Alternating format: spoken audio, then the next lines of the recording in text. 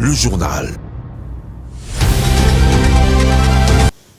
C'est toujours un plaisir de vous informer. Madame, Monsieur, bonsoir et bienvenue à cette grande édition du journal sous Mondico Télévision dont voici l'ossature.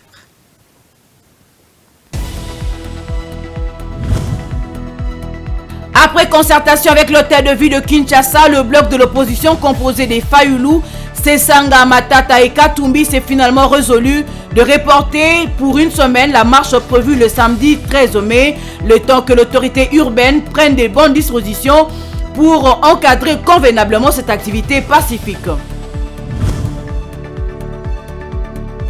L'administrateur du territoire de Massissi et la ministre provinciale du Nord Kivu ont décidé de fermer la mine de Roubaya où un éboulement a causé la semaine dernière un mort et 3 blessés. Cette mesure intervient après le constat des conditions déplorables sur le site encore périlleux. La communauté internationale célèbre chaque 12 mai de l'année en mémoire de la plus illustre de femmes infirmières, Florence Nightingale, la journée internationale de l'infirmière. En RDC, le président de l'Ordre national des infirmières du Congo, Onik Kombadjeko, souhaite la valorisation de cette catégorie des professionnels. Bonsoir, je l'ai annoncé dans le titre, encore une semaine pour la tenue de la marche du bloc de l'opposition congolaise, c'est-à-dire du 13 au 20 mai. C'est une décision de ces 4 présidents de partis de l'opposition à l'issue d'une réunion tenue ce vendredi 12 mai qui s'est soldée par un point de presse au Faden House. L'honorable Delis Sesanga donne ici l'économie de cette rencontre. La marche qui doit se dérouler demain à la date du 13, mais conscient, étant à l'écoute de nos bases politiques qui disent de ne pas verser dans le piège de l'apologie de la violence où le pouvoir veut nous amener, à savoir on interdit les marches, on réprime et on va tuer les citoyens et ainsi démobiliser pour chanter que l'opposition n'est pas là. En toute responsabilité, nous avons décidé de notre propre chef. Et nous n'accepterons pas un nouveau dictat de la part de l'autorité urbaine que la marche va se dérouler le samedi prochain, c'est-à-dire à la date du 20 mai ici à Kinshasa. Nous en appelons donc à tous nos militants, à toutes les bases de nos 4 formations politiques et de la société civile et d'autres partis qui ont joint la marche à rester mobilisés et à faire une démonstration de force, à pouvoir être là pour dire que nous sommes contre la vie chère dans notre pays, contre l'insécurité, contre le processus électoral chaotique. Toujours dans ces mêmes chapitres, enfin, Fayulu, Katumbi, Matata et Sesanga décident de reporter pour une semaine leur manifestation du 13 au samedi 20 mai dans la ville de Kinshasa. C'est sur la demande de l'autorité urbaine, Francis Moulajar Kabomba, président du mouvement des patriotes pour la démocratie MPD, et au cadre de la MOUCA, confirme sa participation à cette marche et n'acceptera pas un autre report sous aucun prétexte. Nous avons reporté la marche sur demande de l'hôtel de ville qui a demandé à ce que qui nous a conseillé qu'il y a beaucoup d'insécurité et que si les gens marchaient demain, il y aura des petits troubles et qui demande 4 jours pour pouvoir mettre de l'ordre. Alors nous disons, comme lui il a besoin de 4 jours, nous rajoutons une semaine. Comme ça, nous allons marcher le samedi 20, parce qu'il s'agit de l'expression du peuple. Alors on ne peut pas empêcher un peuple qui vit mal, qui vit dans une misère incommensurable, la guerre bat son plein à l'est, l'insécurité bat son plein, et on nous dit non, il faut attendre qu'on sécurise la ville. Alors c'est comme ça que nous venons de faire un point de presse à 13h ici avec tous les 4 leaders pour dire ok, nous lui donnons une semaine et nous allons faire la marche le 20 et là nous n'allons pas accepter qu'on vienne encore avec d'autres explications. Toujours en politique, opposant de renom en République démocratique du Congo, Franck Diongo, président national du MLP, entendez, mouvement lumumiste progressiste, ne fait pas encore partie d'un quelconque regroupement politique pour se faire face à l'union sacrée de la nation de Félix Tshisekedi. Contrairement à ce qu'il paraît, le violon ne s'accorde pas encore entre Franck Diongo et le leader de l'opposition dont fait partie Martin Fayulu qui le rejette. Explication dans cet élément. Le leader du MLP, Franck Diongo, ne fait pas encore partie d'un quelconque regroupement politique pour faire face à l'union sacrée de la nation de Félix Tshisekedi. C'est à la fois une préoccupation et une interrogation pour l'opinion publique qui aimerait comprendre ce qui se passe avec le leader du MLP. À ce jour, Franck Diongo ne siège dans aucune aile politique d'envergure dans le pays. Il n'est pas avec l'Amouka de Mouzito, ni avec le FCC de Joseph Kabila, encore moins avec le bloc dit de Lubumbashi composé de Martin Fayulu, Moïse Katumbi, Denis Sesanga et Matata Pognon. Parlons de cette dernière coalition de l'opposition. Franck Diongo, qui pourtant avait effectué le déplacement de Lubumbashi, n'a pas pris part à la rencontre ténue le jeudi 13 avril 2023 avec d'autres leaders de l'opposition, ni le vendredi 14 avril lors de la déclaration finale. Des indiscrétions informent que sa présence à Lubumbashi n'avait pas reçu l'approbation de tous, sauf Moïse Katumbi qui avait plaidé pour son intégration dans le front. S'il accède à cette salle, nous sortons avait menacé les autres en plaçant Moïse Katumbi dans l'impasse. Les mêmes indiscrétions révèlent que depuis son arrivée à Kinshasa, il y a quelques jours, Moïse Katumbi tente de rencontrer en privé Franck Diongo pour voir dans quelle mesure ils peuvent mener des actions communes, notamment la marche du 13 mai reportée au 18 du même mois. Surtout que Diongo a une grande capacité de mobilisation à Kinshasa. À 7 mois des élections en République démocratique du Congo, Franck Diongo évolue encore seul, en attendant que les lignes bougent. Jean-Marc Kabound et Adolphe Muzitu sont eux aussi dans la même situation sans regroupement politique. Dans un autre registre, la mission d'observation électorale CENCO et SCC prévient la CENI et l'ensemble de parties prenantes que si le processus d'audit externe du fichier est mené comme tel, il y a lieu de craindre la radicalisation du doute sur la sincérité du processus électoral et crée ainsi des conditions de contestation de résultats du scrutin attendu. Confirmation faite le jeudi 11 mai par le secrétaire général de la CENCO lors d'une conférence de presse avant d'annoncer la publication de son rapport final sur l'inscription des électeurs prévue le lundi 15 mai. La MOE CENCO SCC prévient la CENI et l'ensemble des parties prenantes que si le processus d'audit externe du fichier est mené comme tel, il y a lieu de craindre la radicalisation du doute sur la sincérité du processus électoral et créer ainsi les conditions de contestation des résultats des scrutins attendus. La CENI aura ainsi manqué une des bonnes occasions pour crédibiliser ce processus. Il est donc de l'intérêt de la CENI et du processus électoral lui-même qu'un organisme indépendant, expérimenté sur la matière, soit identifié et invité pour réaliser, en impliquant quelques experts nationaux, ce travail dans les délais convenables, respectant les conditions qui préservent la souveraineté nationale, sans offenser l'indépendance du dit organisme. La MOE CENCO SCC annonce la publication de son rapport final sur l'inscription des électeurs pour le lundi 15 mai 2023 prochain. Elle attend encore les réponses à son questionnaire soumis lors des journées portes ouvertes et réitère la demande à la CENI consistant à la convocation d'un cadre de concertation où certaines préoccupations liées aux opérations d'identification et d'enrôlement des électeurs devraient être traitées. Ce journal se poursuit. La force de l'EAC n'est plus la bienvenue dans la partie est de la République démocratique du Congo. La prise de position du président de la République, Félix Tshisekedi Tshilombo, sur l'inefficacité de cette force a fait réagir un bon nombre d'acteurs politiques et la population congolaise. Nombreux saluent cette prise de position. Cependant, ils réclament le renforcement des capacités des FARDC, nous rapporte Vinigali Junior.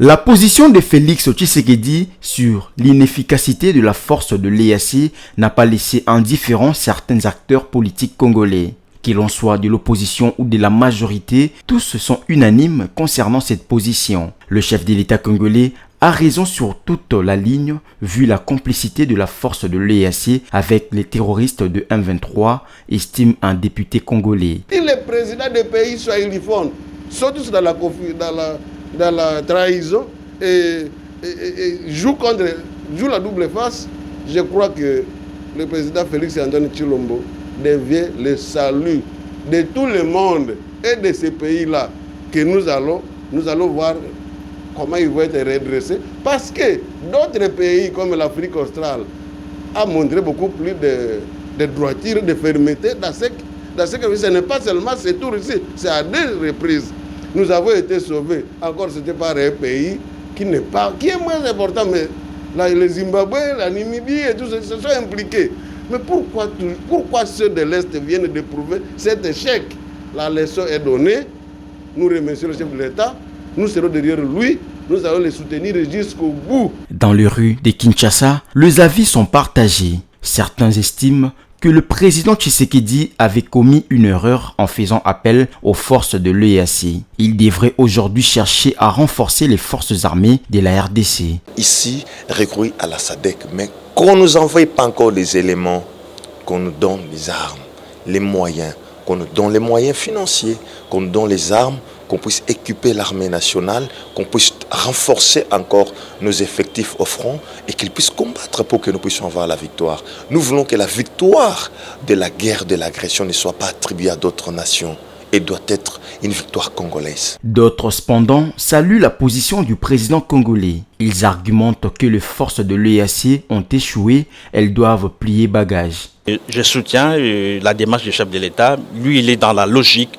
Je crois que tous les Congolais voudraient avoir des résultats escomptés pour que finalement la paix revienne dans la partie Est. Et si nos amis de l'Est n'arrivent pas à nous donner des résultats satisfaisants, je crois qu'il serait mieux que ces gens-là partent et faire appel peut-être aux forces de la SADC qui ont une histoire dans notre pays. Vous savez qu'en 1988, c'est grâce aux forces de la SADC que le pays a été sauvé face à la question rwandaise. Entre-temps, la force de l'EAC a encore 3 mois pour se rattraper, sinon elle sera obligée de plier bagages comme l'a souhaité le président de la République, Félix Tshisekedi. Et puis, à Calais, une semaine après les inondations meurtrières, la vie reprend timidement dans certains villages. Les rescapés essayent tant bien que mal de se reconstituer avec le moyen de bord, malgré les difficultés et le chagrin constaté par nos reporters qui se sont rendus sur place. Nous sommes à Nyamukoubi, l'un des villages les plus touchés par les inondations du jeudi dernier. Il est 11h heure locale. Enfants, femmes et hommes, voire vieillards, tous tentent de retrouver un semblant de normalité. Le petit marché retrouve peu à peu du monde. Dans la cité, le spectacle est désolant. Presque toutes les habitations ont été emportées ou totalement endommagées par les inondations. Ce jeudi 4 mai restera à jamais gravé dans la tête de beaucoup ici. C'est le cas d'Anthony Baoguéré qui a perdu 5 de ses 12 enfants emportés par les flots. La femme de 52 ans a également perdu son mari dans cette catastrophe. Nous éprouvons des difficultés. Les enfants ont été emportés et même les maisons. Nous sommes dans la forêt en train d'errer sans nourriture, sans habits et aussi sans sel parce que nos maisons ont été emportées par les eaux. Je suis une maman de 12 enfants, dont 5 ont été emportés par les eaux et 7 sont restés avec moi.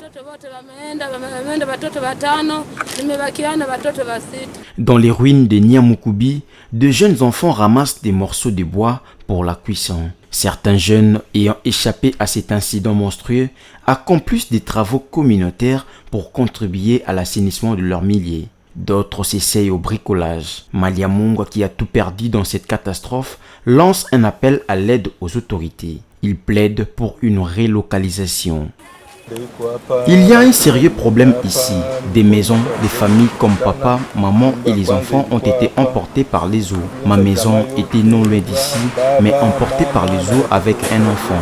Nous demandons aux autorités du pays de nous aider avec l'endroit où habiter, des nourritures et habits, car nous n'avons plus rien. Du côté gouvernement de la République, les dispositions sont prises pour gérer les urgences. Le porte-parole du gouvernement a rassuré que les rescapés seront relocalisés sur un nouveau site près de l'aéroport de Luena. Vous savez aussi que la délégation gouvernementale était sur place pour apporter une assistance aux familles des disparus, compatir et regarder ce qui doit être fait. Il y a beaucoup de choses qui doivent être faites sur le terrain. Et parmi les mesures urgentes qui ont été prises, c'est la relocalisation de populations riveraines qui vivent aux côtés de rivières qui ont connu de crues et qui ont connu des inondations. Le gouverneur m'a dit tout à l'heure qu'ils pourront être relogés du côté de l'aéroport de Luena en attendant de mesures qui viendront dans l'avenir, de mesures durables qui permettront de gérer la crise. Mais en attendant, vous savez que, comme j'aime à vous le dire, que nous sommes dans notre gouvernement en train de régler des problèmes, beaucoup qui n'ont pas été résolus pendant des décennies. Malgré l'assistance du gouvernement central, les besoins restent énormes. Plusieurs centaines de ménages continuent à passer la nuit à la Belle Étoile. Des écoles et plusieurs autres infrastructures restent hors usage.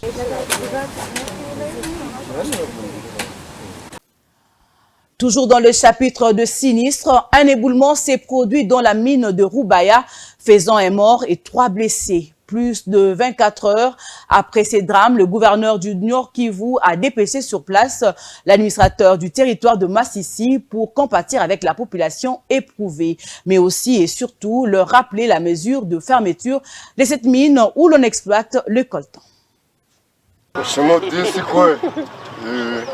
Lorsque le boulement s'est produit le lundi 8 mai 2023 à la mine de Roubaya, à 60 km de Goma, les mineurs ne se doutaient de rien. Ils continuaient à travailler dans cette mine alors que la ministre nationale des Mines avait décidé de la fermer depuis longtemps. 72 heures après les drames, le colonel Christophe Tinabou, administrateur du territoire de Massissi, est allé compatir avec la population. L'un des creuseurs se souvient de ce qui s'est passé. Il y a eu un éboulement là-bas au-dessus. Nous n'étions pas dans la carrière du milieu. Nous étions à côté. Un puits contient beaucoup de gens. Dans ces puits-là, on ne pouvait pas manquer même 25 personnes. Mais à peine 25 personnes. Les creuseurs artisanaux ont continué à travailler au périmètre 4731 de la mine des coltans de Roubaya alors qu'il était censé être fermé. En se rendant sur le lieu après le drame qui est survenu, l'administrateur du territoire de Massissi était formel. Il a rappelé aux creuseurs artisanaux que cette mine de coltan est fermée jusqu'à nouvel ordre. Le constat est vraiment amer dans le sens que il y a eu d'abord une instruction de la haute hiérarchie. C'est une instruction émanante de Madame la ministre des Mines qui avait instruit que ce périmètre doit être fermé. Et cette instruction a été diffusée aussi par son Excellence Monsieur le Gouverneur pour les dispositions quantassées. Alors, nous venons de constater ici qu'il y a des gens qui se sont permis d'y accéder clandestinement. Ils sont venus, ils sont en train d'exploiter dans ces périmètres. Alors il y a eu un incident malheureux. Les autorités compétentes ont du pain sur la planche pour faire respecter cette décision quand on sait que le coltan qu'on exploite à Roubaya est un minerai stratégique.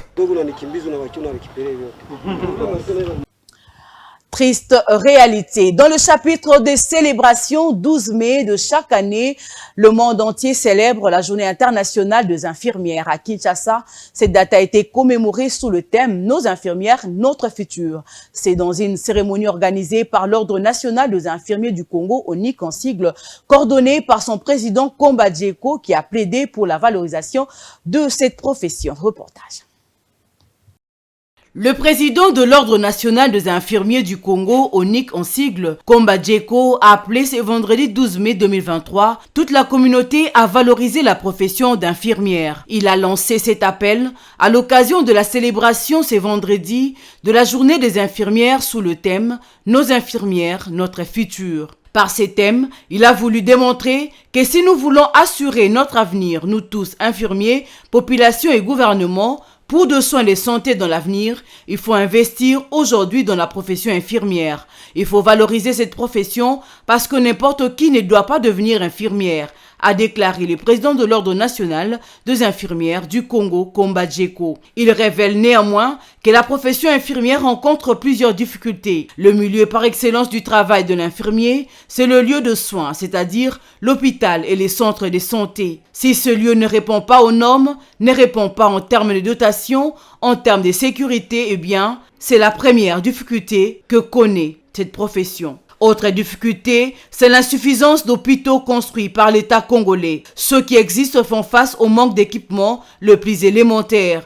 selon le président de l'ONIC. Depuis 1960, on a créé des écoles infirmières, mais on n'a pas créé les hôpitaux de l'État. Il y a plus de gens formés, mais il y a trop peu de lieux de travail. Là où il y a le lieu de travail, l'équipement le plus élémentaire possible fait défaut. Il y a des hôpitaux qui ont des lits, mais qui n'ont pas de matelas. En première année infirmière, on enseigne comment faire et défaire le lit d'un malade. Quand vous n'avez plus de draps, ça pose problème. Deuxièmement, vous avez des hôpitaux qui n'ont pas d'eau. Comment on peut assurer l'hygiène de l'hôpital si au robinet, l'eau ne coule pas? Il s'agit là de quelques exemples de difficultés que la profession infirmière rencontre en République démocratique du Congo.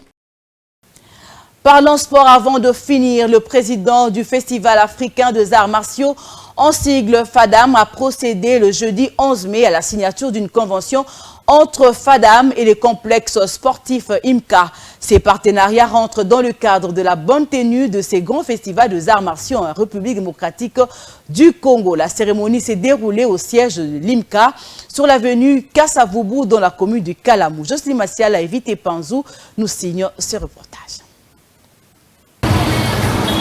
Le complexe sportif IMCA est désormais répertorié parmi les sites choisis pour abriter les enjeux du grand festival africain des arts martiaux en sigle FADAM. Voilà ce qui explique la signature du protocole d'accord entre les organisateurs du festival représentés et le président de l'IMCA. Pour les délégués du festival africain des arts martiaux, ce cadre servira à l'exhibition des spectacles des athlètes. Avec l'IMCA, il y aura une des fédérations ou deux qui devront justement faire des compétitions ici à l'IMCA.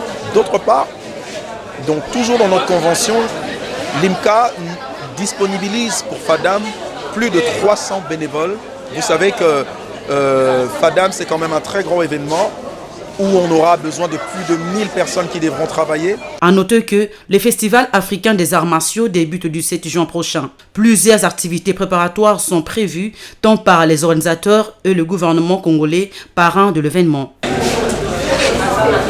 Voilà, c'est sur cette note que se referme cette édition du journal. Mais avant de nous quitter, place au rappel des titres.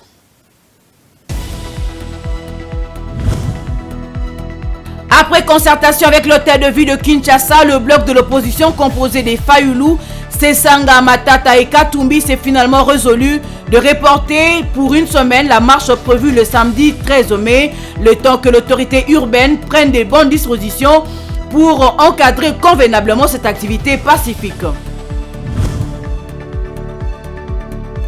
L'administrateur du territoire de Massissi et la ministre provinciale du Nord Kivu ont décidé de fermer la mine de Rubaya où un éboulement a causé la semaine dernière un mort et 3 blessés.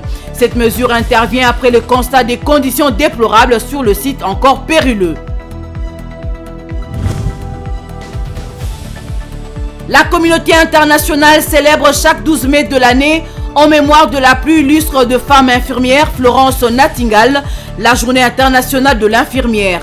En RDC, le président de l'Ordre national des infirmières du Congo, Onik Kombadjeko, souhaite la valorisation de cette catégorie des professionnels.